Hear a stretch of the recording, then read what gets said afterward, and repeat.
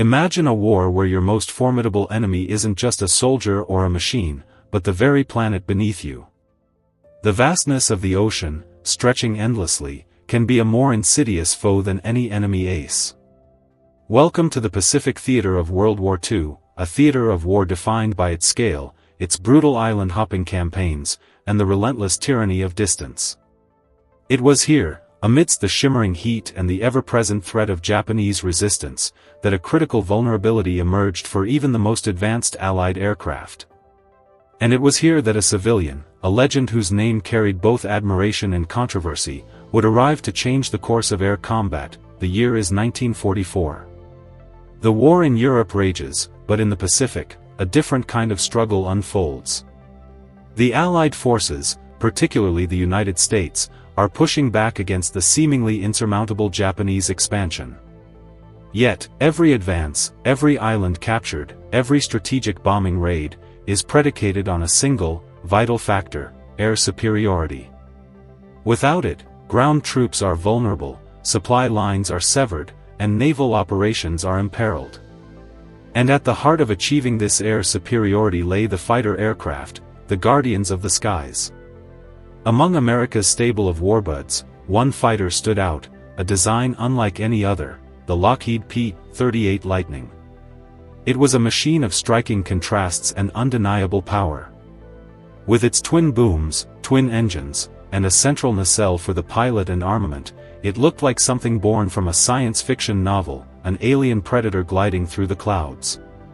From its initial flights in the late 1930s, the P-38 promised a revolution in air combat. It was fast, often outperforming many single-engine fighters of its time.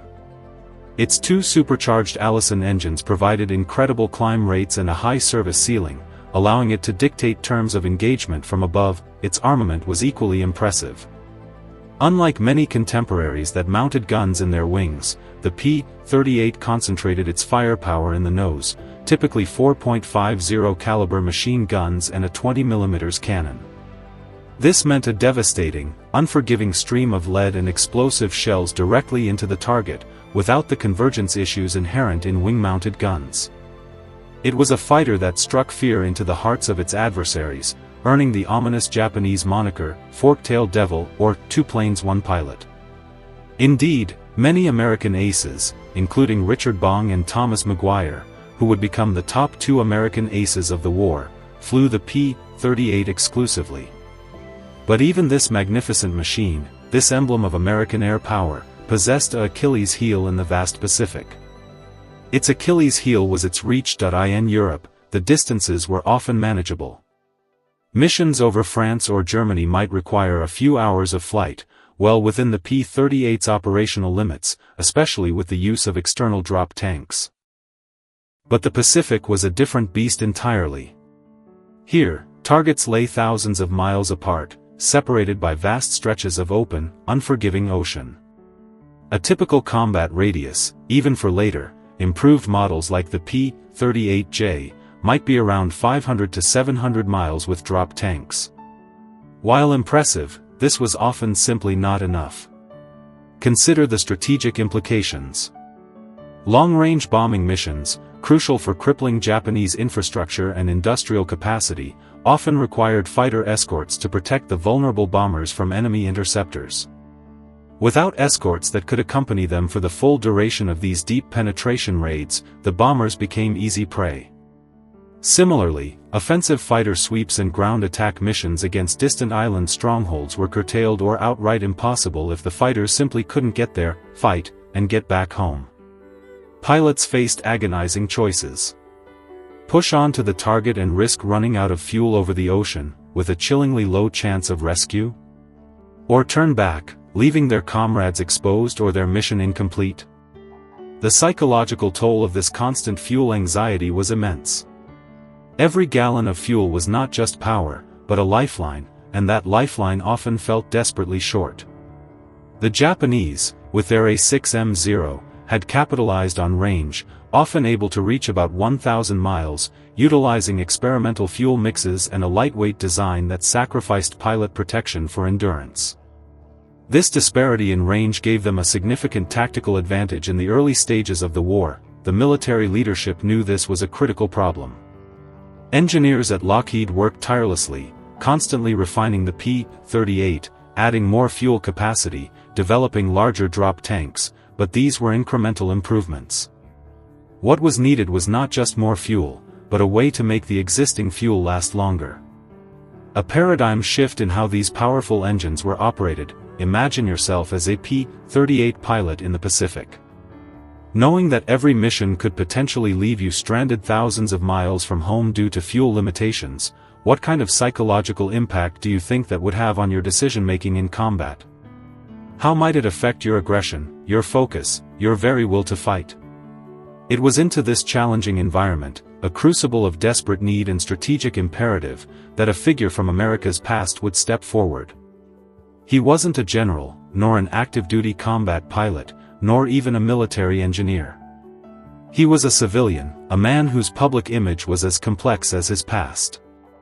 His name was Charles Augustus Lindbergh. And his arrival in the Pacific in the spring of 1944 was about to ignite a controversy, challenge conventional wisdom, and ultimately, help make America's P-38s almost untouchable.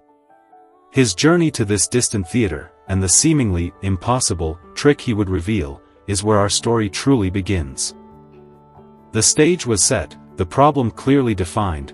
The P-38 Lightning, a formidable weapon, was hobbled by the vast distances of the Pacific. But who could unlock its full potential? The answer arrived not in uniform, but in the unassuming attire of a civilian, carrying a legacy that was both celebrated and deeply scrutinized.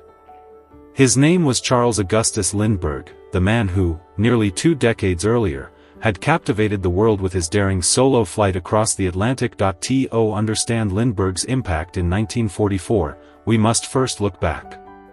In May 1927, at just 25 years old, Charles Lindbergh became an instant, global icon. His solo, non-stop flight from New York to Paris in the single-engine Spirit of St. Louis was more than an aviation feat. It was a triumph of human will, endurance, and meticulous planning. It was a flight that demanded an almost scientific understanding of fuel management, engine efficiency, and the subtle art of coaxing every last mile from an aircraft. Lindbergh was not just a pilot, he was an aerodynamicist, a mechanic, and an engineer rolled into one, obsessed with optimizing performance. This unparalleled experience in long-distance flight, this intimate knowledge of internal combustion engines and their thirst for fuel, would prove invaluable. But Lindbergh's journey from national hero to wartime contributor was far from straightforward. The intervening years had been fraught with personal tragedy, the kidnapping and murder of his infant son, and, perhaps more controversially, his increasingly vocal isolationist views and sympathetic comments towards Nazi Germany in the late 1930s. He believed America should avoid entering the European conflict and even accepted a medal from Hermann Göring. These pre-war stances had made him a pariah in the eyes of many, including President Franklin D. Roosevelt, who viewed him as pro-Nazi and blocked his return to military service. Yet, as America plunged into war, Lindbergh, despite his past, still possessed an undeniable, unique expertise. He sought to contribute, desperate to use his talents for his country. It was eventually Henry Ford, the automotive magnate, who offered him a path, bringing Lindbergh on as a technical advisor to Ford's Willow Run bomber plant, where B-24 Liberators were rolling off the assembly line. Here, Lindbergh proved his worth, applying his analytical mind to improve production efficiency. From there, he moved to United Aircraft, working on performance enhancements for Chance Vought F-4U Corsairs. His insights were concrete and practical, leading to measurable improvements. It was this proven ability to optimize aircraft performance that opened the door to the Pacific.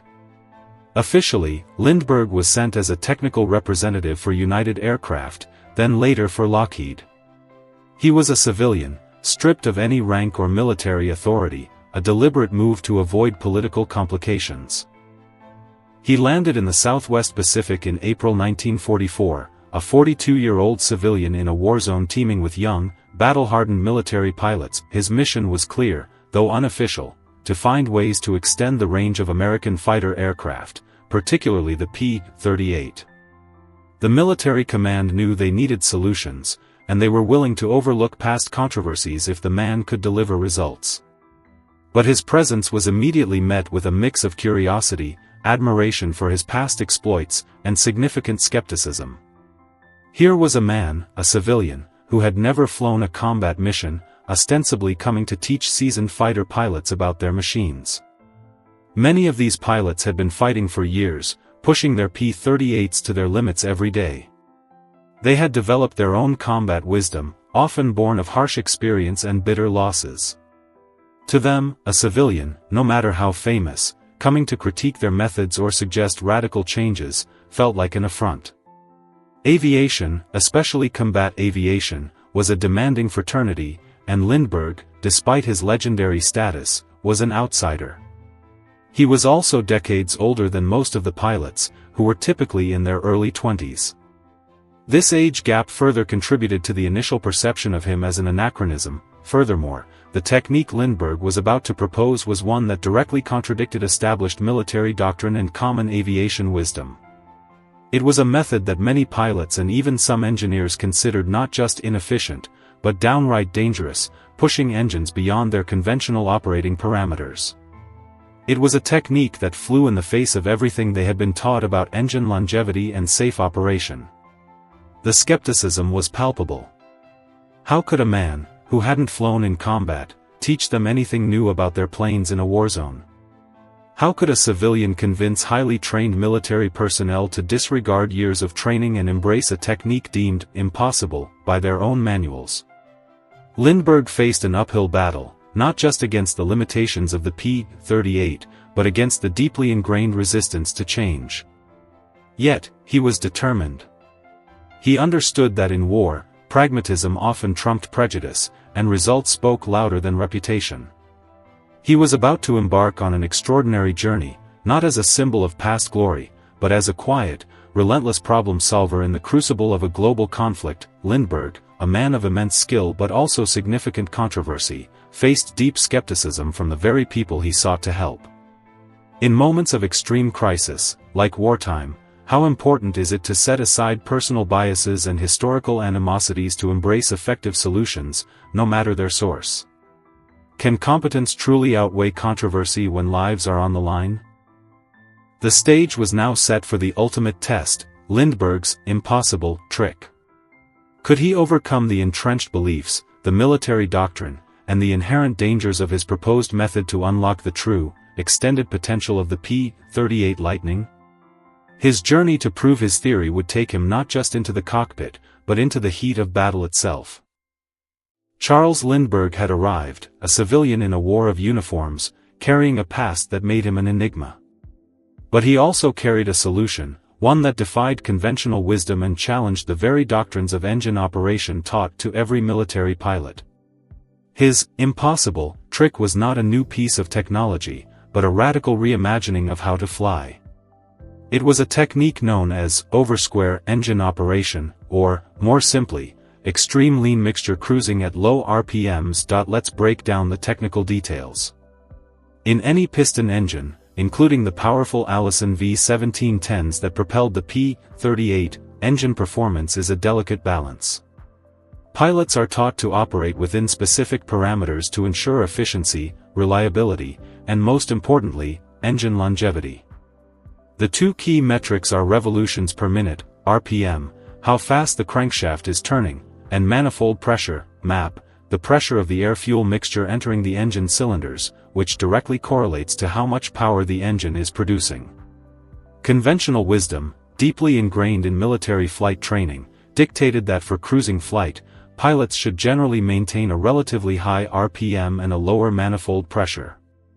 This ensured the engine was operating smoothly, cylinders were being scavenged efficiently, and the internal components were under less stress from high cylinder pressures. Going oversquare meant exactly the opposite, reducing the RPM to a surprisingly low level while simultaneously increasing the manifold pressure to a higher than usual setting for that low RPM. To further maximize efficiency, Lindbergh advocated for operating at an extremely lean fuel-air mixture, often to the point of automatic lean, where the engine was receiving just enough fuel to run without risking detonation or excessive heat. High was this considered impossible or dangerous by military standards. For generations, pilots and engineers were taught that operating an engine with high manifold pressure and low RPM created immense stress on the engine's internal components, particularly the connecting rods and crankshaft bearings. The fear was that the slow-spinning crankshaft wouldn't be able to effectively handle the powerful explosions occurring in the cylinders, leading to lugging, a condition that could cause engine knock, pre-ignition, detonation, or even catastrophic failure. High manifold pressure also meant more heat, and a lean mixture, while fuel-efficient, reduced the cooling effect of excess fuel, increasing the risk of overheating. In a twin-engine aircraft like the P-38, losing an engine over the vast Pacific was a dire prospect, losing both was a death sentence. The military manuals and training emphasized caution, longevity, and reliable operation. Lindbergh's method seemed to fly directly in the face of these principles, advocating for an operating regime that many believed would shred the engines apart in short order. But Lindbergh understood something fundamental about these engines, a knowledge born from his obsessive pursuit of efficiency during his record-breaking flights. He knew that while the peak cylinder pressures might be higher with low RPM and high MAP, the duration of those peak pressures was actually shorter, and the engine design, particularly the Allison V1710, could handle it, provided the mixture was carefully managed to avoid detonation. He had pushed engines to their absolute limits for thousands of miles across oceans, and he knew what they could endure. His approach to teaching this controversial technique was quiet, methodical, and profoundly practical. He didn't preach, he demonstrated. He arrived at various 5th Air Force bases, primarily in New Guinea, and rather than immediately lecturing the young pilots, he asked to fly with them. He observed their standard operating procedures, listened to their complaints about range, and then, respectfully, began to introduce his ideas. His methodology was simple yet compelling: collect data. He would take P-38s, meticulously check their fuel consumption, and then fly them for hours, often with a bewildered and skeptical pilot in the back seat of a two-seat trainer variant, demonstrating his oversquare technique. He'd carefully monitor fuel flow, engine temperatures, and airspeed. Upon landing, he would present the numbers. The results were startling. Pilots who had previously managed a certain range were now seeing an additional 100, 200, even 300 miles added to their P-38's effective combat radius. Initially, the pilots were wary. Some were openly hostile, scoffing at the civilian trying to teach us how to fly our fighters. Many had already developed their own lean and mean cruising techniques born out of necessity, but none pushed the envelope as far as Lindbergh. They questioned his authority, his experience in combat, and the safety of his methods. They had seen comrades lost to engine failure, and the last thing they wanted was to intentionally risk their engines for a perceived marginal gain. For these young men, their P-38 was not just a machine, it was their lifeline, their ticket home, and they were hesitant to trust it to a radical, unproven theory from an outsider point. One of the most persistent concerns was detonation, uncontrolled explosions in the cylinders that could shatter an engine. Lindbergh painstakingly explained that by carefully balancing manifold pressure, RPM, and, critically, maintaining the automatic lean fuel mixture correctly, the risk of detonation could be managed. He emphasized listening to the engine, feeling its rhythm, and understanding its limits, a nuanced approach that went beyond simply following a checklist. He wasn't just showing them a trick, he was teaching them a philosophy of engine management. He was demonstrating that the P-38's Allison engines, far from being delicate, possessed a hidden resilience and efficiency that had been untapped by conservative operating guidelines. The challenge, however, remained: how to convince these hardened combat veterans, who lived and died by their aircraft's reliability, to embrace a technique that seemed to go against everything they believed. Lindbergh knew that abstract demonstrations and numbers alone wouldn't be enough. He would need to prove his impossible trick in the crucible of real combat. Lindbergh's approach was revolutionary because it challenged established doctrine. How often do deeply ingrained rules and conventional wisdom, even when created with good intentions, prevent innovation and blind us to more effective solutions? What are the inherent risks and rewards of challenging such established norms? The proof of concept was now established, the skepticism widespread. Lindbergh's next step would take him beyond the role of a mere technical advisor and into the very heart of the Pacific War, where his impossible trick would face its ultimate and most dangerous test.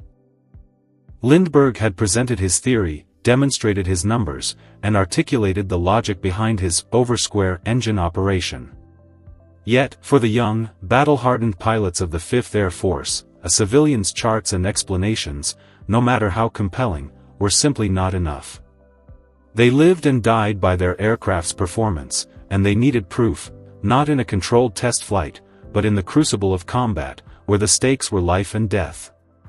Charles Lindbergh understood this implicitly.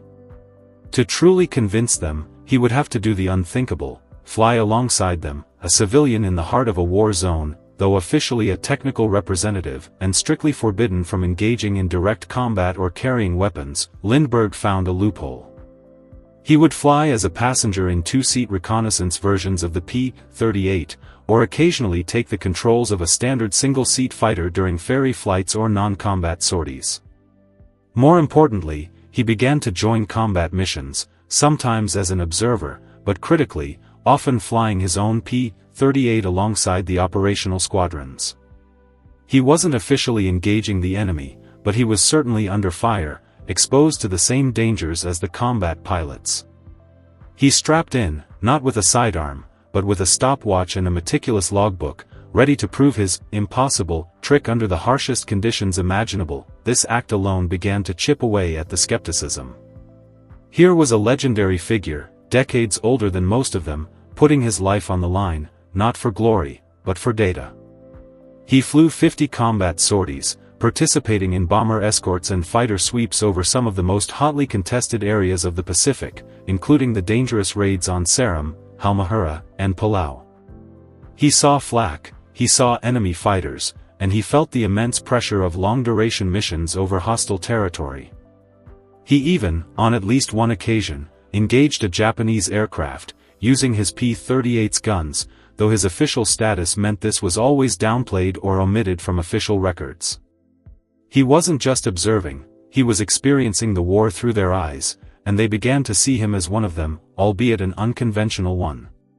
His method for teaching became less about theory and more about personal mentorship. He would fly alongside individual pilots, guiding them through the subtle adjustments required for oversquare flight, the delicate reduction of RPM, the careful increase in manifold pressure, the precise leaning of the fuel mixture to the edge of engine rough-running. He taught them to listen to the distinct sound of the engine, a low, throbbing growl that indicated optimal efficiency, rather than the higher-pitched whine they were accustomed to. He emphasized feel, the subtle vibrations, the nuanced responses of the aircraft, developing a deeper, almost symbiotic connection between pilot and machine. The results were undeniable. On long-range escort missions, where fuel anxiety was a constant companion, pilots who adopted Lindbergh's technique found themselves returning to base with significantly more fuel in their tanks. They could stay with the bombers for longer, protecting them deeper into enemy territory. They could press onto targets previously considered out of reach, turning what were once one-way suicide missions into viable operations. One of the most striking successes came during an 850-mile mission to Hollandia. P-38s equipped with two 165-gallon drop tanks typically had a combat radius of around 600 to 700 miles. Pilots trained by Lindbergh, however, were able to extend this range by an astonishing 30% or more. This meant the difference between barely reaching the target and having enough fuel for sustained combat and a safe return. The concrete evidence was irrefutable, the change in perception among the pilots was gradual but profound. Initial skepticism gave way to grudging respect, and then to outright admiration. They saw not just a famous name, but a dedicated, brilliant aviator who genuinely cared about their lives and their missions. Major Thomas Maguire, who would become the second highest scoring American ace, initially scoffed at Lindbergh's methods. But after seeing the results and trying it himself, he became a fervent advocate, demonstrating the technique to his own squadron. Even General George C. Kenney, commander of the 5th Air Force, who initially had mixed feelings about Lindbergh's presence, quickly recognized the profound impact. He understood that Lindbergh's methods were literally saving lives and enabling operations that were previously impossible. Lindbergh's presence wasn't just about the oversquare technique, it was about fostering a culture of innovation and pushing boundaries. He wasn't afraid to question established norms, and his civilian status, ironically, gave him a freedom that uniformed officers might not have had. He served as a living example that critical improvements could come from unexpected sources, challenging the military hierarchy to be more open to external expertise. By late 1944, the impossible trick was becoming standard operating procedure. The word spread from squadron to squadron, from base to base. Lindbergh, having personally flown countless hours and meticulously documented his findings, provided the data, the practical guidance, and the moral authority that transformed a controversial theory into accepted doctrine. What began as a desperate gambit to squeeze a few extra miles out of a fighter jet ultimately became one of the most significant, yet unsung, innovations of the Pacific Air War. Lindbergh's approach was hands-on, leading by example and demonstrating the risks and rewards himself. In what situations is direct, personal involvement and self-demonstration more effective than simply issuing orders or providing theoretical instruction, particularly when introducing a radical change? When does a leader need to get into the trenches to earn trust and achieve buy-in? The proof was in the pudding, or rather, in the extended range and returning pilots. Lindbergh's impossible trick had saved fuel, extended reach, and, most importantly, saved lives. But the full strategic implications of this newfound capability were only just beginning to unfold. Charles Lindbergh's impossible trick was no longer impossible. It was a proven reality, demonstrated in the very skies over the Pacific, under the grim conditions of war. But the true measure of its success wasn't just the extra miles flown or the fuel saved. It was in the profound, yet often unseen, strategic shift it enabled, fundamentally altering the scope and effectiveness of Allied air operations in the vast Pacific theater. Before Lindbergh's intervention, the P-38's combat radius, even with drop tanks, often meant that critical Japanese targets were either entirely out of reach for fighter escorts or could only be attacked with a terrifyingly thin margin of fuel. This severely limited the effectiveness of long-range bomber missions, leaving formations of B-17s and B-24s vulnerable to Japanese interceptors once they ventured beyond the protective umbrella of their shorter-ranged P-38 Guardians. With the 30% increase in effective combat range, which translated to hundreds of additional miles, the landscape of the Pacific War began to change. Targets previously considered safe havens for the Japanese, deep within their defensive perimeters, suddenly became vulnerable. Fighter bombers could now strike further, escort heavy bombers deeper, and conduct reconnaissance missions over enemy territory with an unprecedented level of endurance. The strategic implications were immense.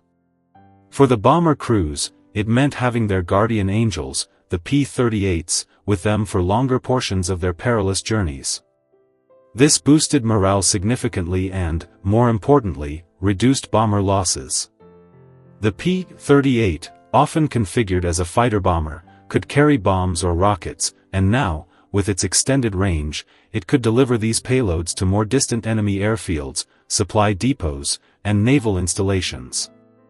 This put increased pressure on Japanese logistics and defensive capabilities across a wider area. Consider the psychological warfare aspect. Japanese forces, particularly their air units, had come to understand the typical operational limits of Allied fighters.